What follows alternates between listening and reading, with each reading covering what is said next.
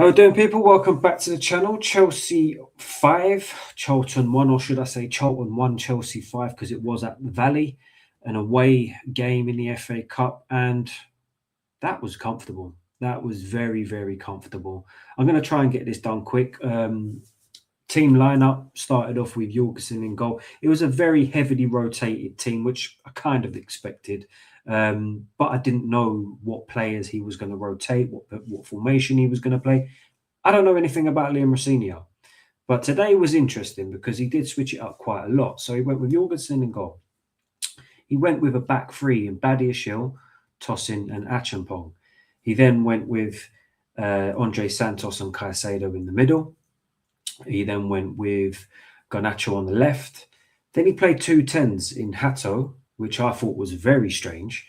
And then Buonanotte and Gittins on the right and Mark Guiu up top. So he kind of played a box formation in the midfield. It was really, I didn't know what to expect. I really didn't expect that to begin with. At first, like we kind of went into that formation anyway under Maresca because we'd always have the wing back inverting and Enzo Fernandez getting forward and playing further up the pitch. So we always ended up with like 4 or 5 attacking players.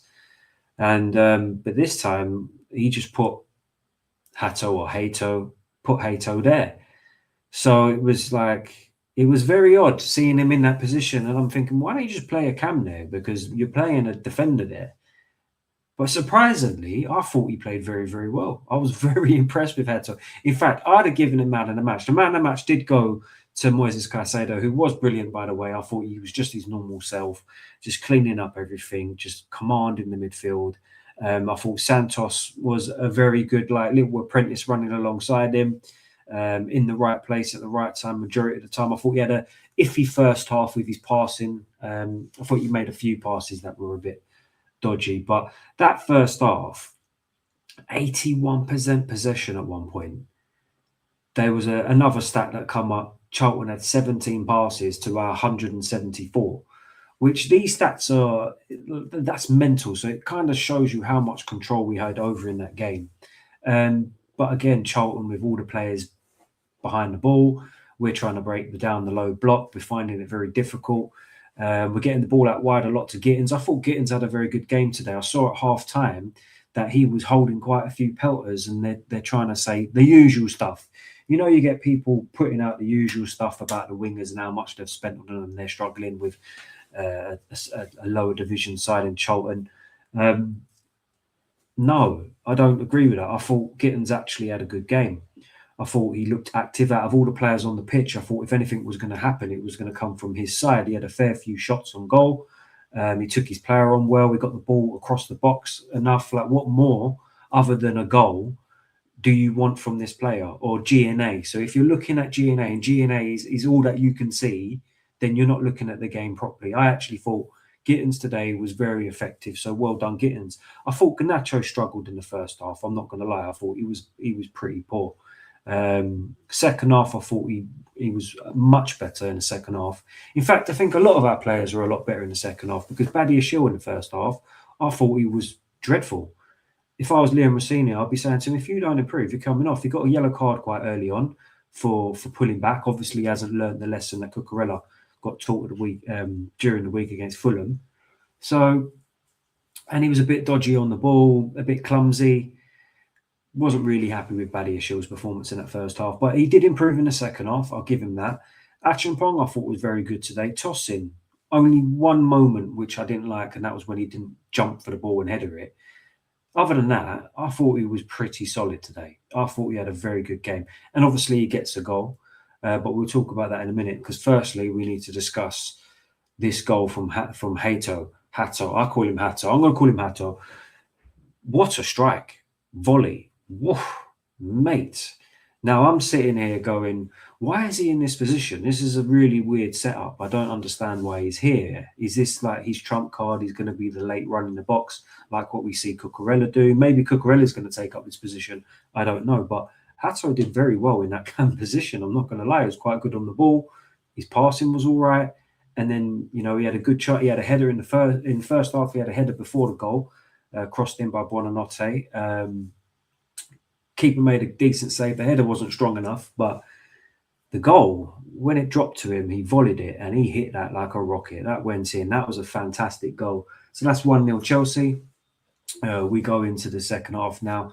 Obviously, Charlton, I'm expecting the game to open up, because if you want to go through, you've got to go for it. So Charlton, the game does open up a little bit. We get a corner, not a corner, we get a free kick. And it was another good delivery. I think it was Buonanotte. It was Buonanotte. Good delivery. To be fair, when I say good delivery, before that, we had a fair few corners in the first half where we was going for the front post. Dreadful, dreadful corners in that first half. And Buonanotte, I know that he done well with the cross for the header for Hato. I know that he done well for the delivery for the free kick, that free kick for Tosin.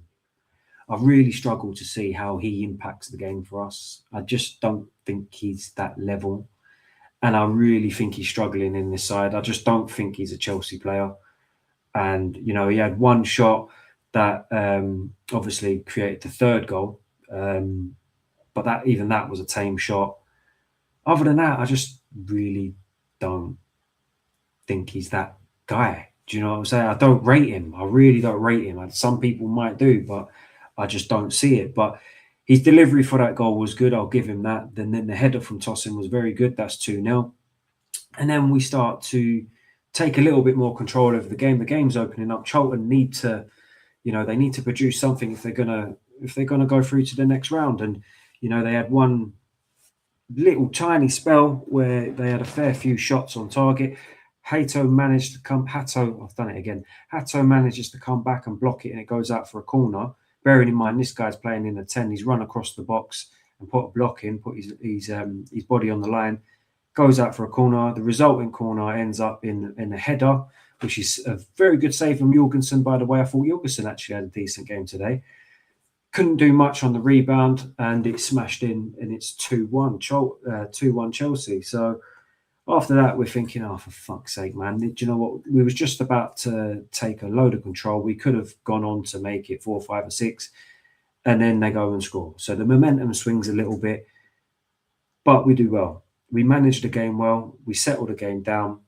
And like I said, I think it was Garnacho that picks the ball up. He gets a little bit lucky. He runs down the left-hand side of the wing, gets the ball across the box.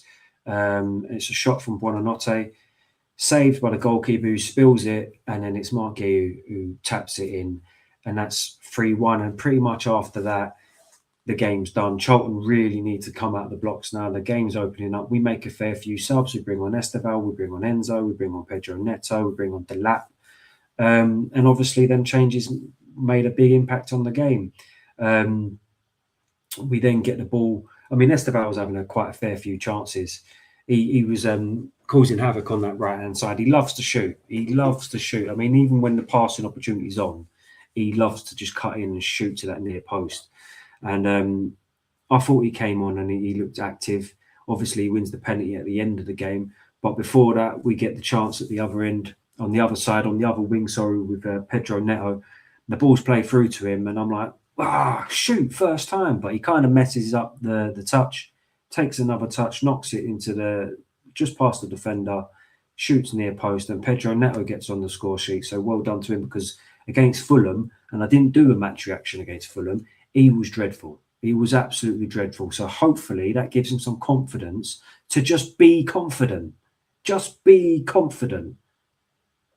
That's all you need to do. Be confident and try things. Stop overcomplicating what you're doing. You're a winger. Stop trying to go backwards. Take your player on. Sort your feet out, because you can shoot and you can score. And that's all you need to do. Stop being a frustrating little shit.